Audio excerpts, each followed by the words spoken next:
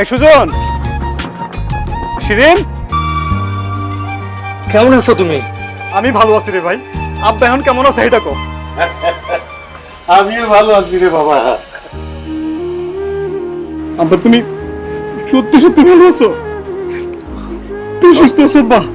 আরে বাবা, কি রে সুজন, তুই আমার মিথ্যে কথা কইলি কেন? কেন কইলি যে আব্বা অসুস্থ, আব্বার শরীর খারাপ? ভাইজান বিশ্বাস করো, আমার কোনো দোষ নাই।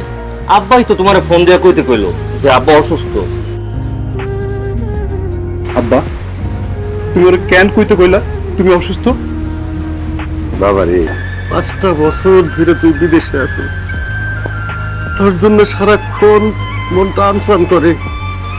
কতবার খবর দিলাম, তুই আইলি না। তোরে দেখার যে কত ইচ্ছা।